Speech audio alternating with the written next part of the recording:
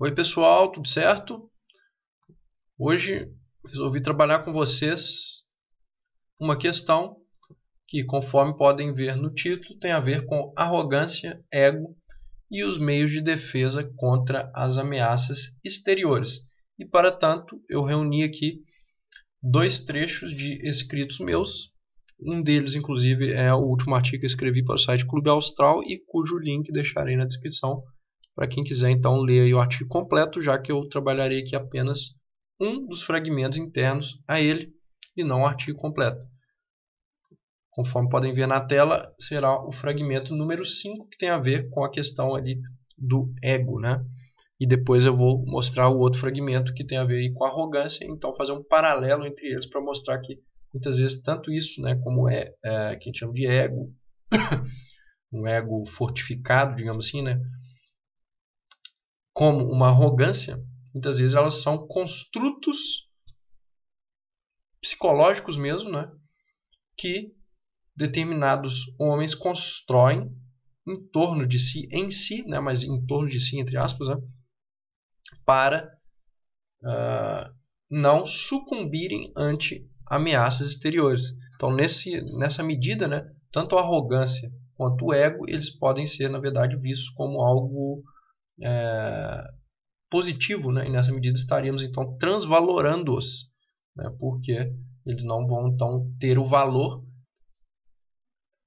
comum, né, que é dado dentro da cultura como algo completamente negativo, certo? Então, eles ganham não só aí uma questão, entre aspas, de positividade, como também um meio de mostrar, né, uma função deles, tá?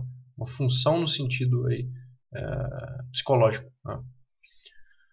Muito bem, então eu vou ler para você o número 5, então comentar um pouco.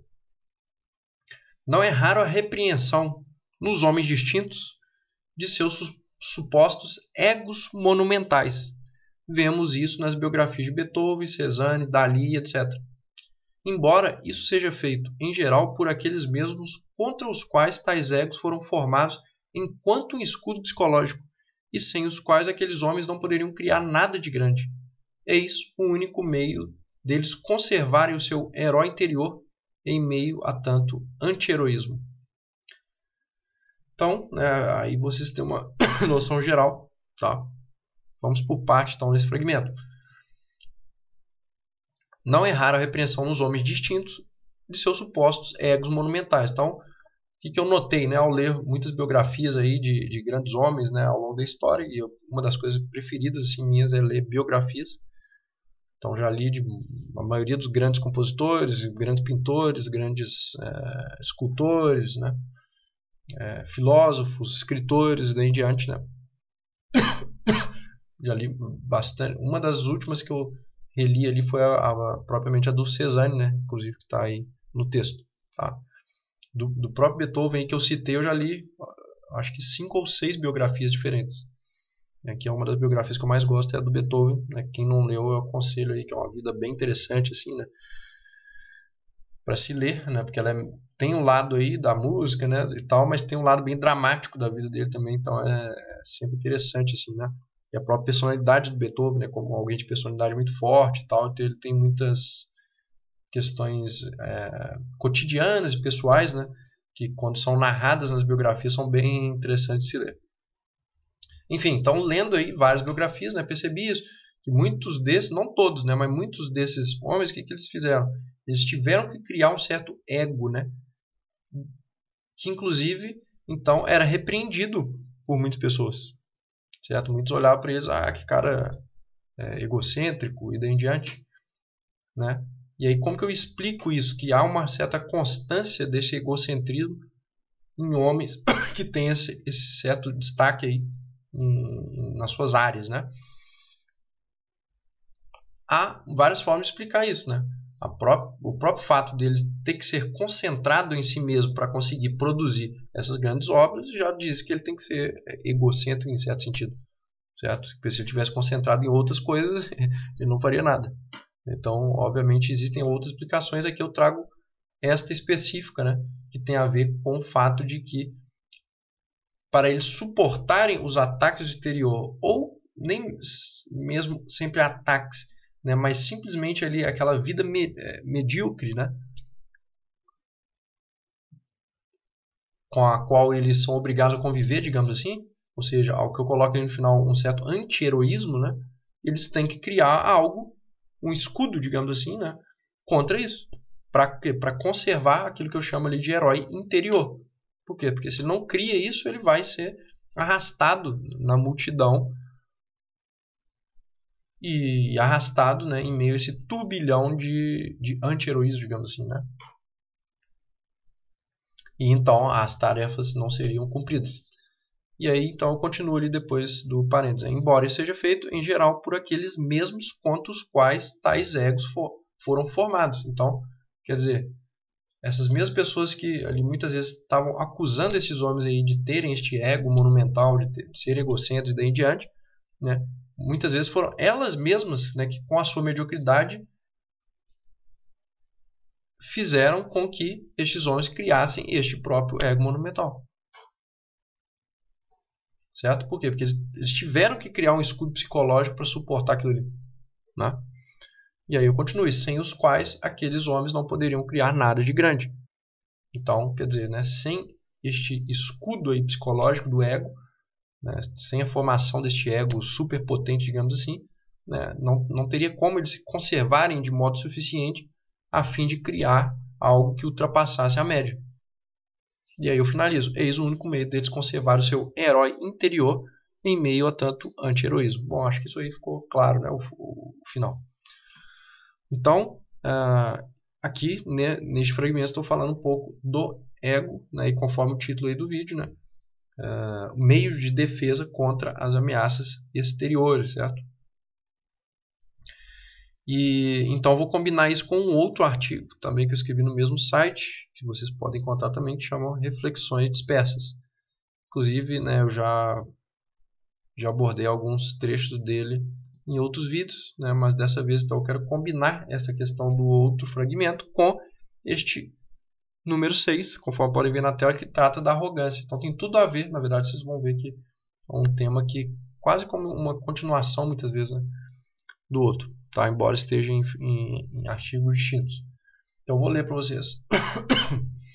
A arrogância, por vezes, é um mecanismo de autodefesa, através do qual conseguimos conservar nós mesmos, ao invés de seguir o bando e sermos subjugados por uma necessidade de pertencimento a este.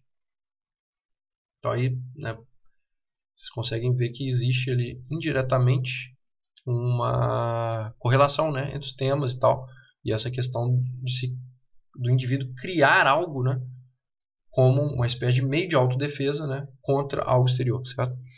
Então, vamos por partes ali. A arrogância, por vezes, é um mecanismo de autodefesa, através do qual conseguimos conservar a nós mesmos. Ou seja, muitas vezes a pessoa que julga a outra arrogante, né, é aquela... Eu não estou dizendo que toda arrogância é isso, tá? Estou especificando ali um tipo de arrogância, digamos assim. Então, por isso que eu falo por vezes, né? Não falei todas as vezes a arrogância é isso. Eu falei por vezes a arrogância é um mecanismo de autodefesa. Então, não estou positivando, digamos assim, né? Tornando positivo toda arrogância, tá? Mas então é isso. Muitas vezes não se consegue perceber que parte dessa arrogância ela pode ser assim como um mecanismo da conservação de si. Quando, né, o organismo ali, o indivíduo, ele está de frente para alguém que quer destruir este si mesmo dele, de algum modo, né, ou intervir nele. Não destruir no sentido de matar a pessoa, mas no sentido de, né, criticar aquilo ali, ou, enfim, né, intervir de uma forma negativa. Né? Então, muitas vezes, a arrogância é o quê? Aquele indivíduo que se põe no seu lugar, ou seja, ele traz à tona o valor dele, para contrapor ao pouco valor que o exterior está dando a ele. Então, como que os outros acabam vendo quando ele faz isso? Como um arrogante. Certo? Ou seja, basicamente ele não se submeteu ao valor que os outros deram dele. Ou para ele. Certo? Então ele conservou o seu valor de si frente aos outros que lhe davam outro valor. Então muitas vezes, né, esta guerra entre essas duas coisas forma esta figura aí do arrogante, né? Mas muitas vezes essa arrogância não vai ser negativa, né? Justamente porque nem sempre esses outros que estão dando aqueles valores estão certos, certo? E eu continuo, através do qual conseguimos conservar nós mesmos ao invés de seguir o bando e sermos subjugados por uma necessidade de pertencimento a esse. Então tem também a ver com essa questão de não se imiscuir em demasia dentro de um grupo ou de um bando, aí, conforme eu coloco de um modo mais crítico, certo? Ou seja, muitas vezes o arrogante é o indivíduo solitário também. Vocês podem ver que geralmente a pessoa ali que tende a ser um pouco mais desapegada de um determinado grupo de pessoas, né, que se mostra mais independente ou mais solitária, geralmente ela vai se passar por arrogante.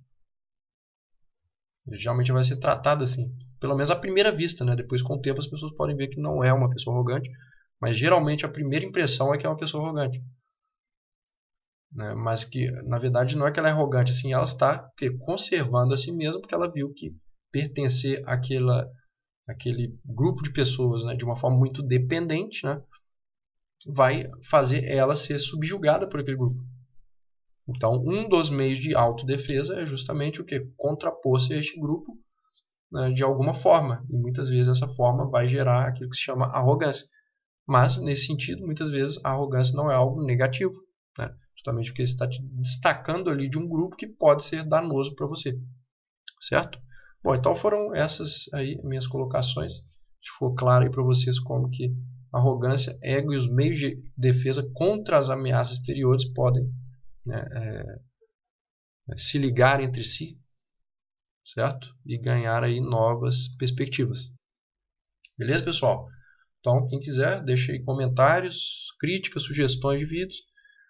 E, né, comentem aí também se acharam que faz sentido tudo isso e tal. E convido-os, né, então, a ler o artigo também. Vou deixar o link na descrição. Então, muito obrigado, pessoal. Um grande abraço a todos. Até o próximo vídeo.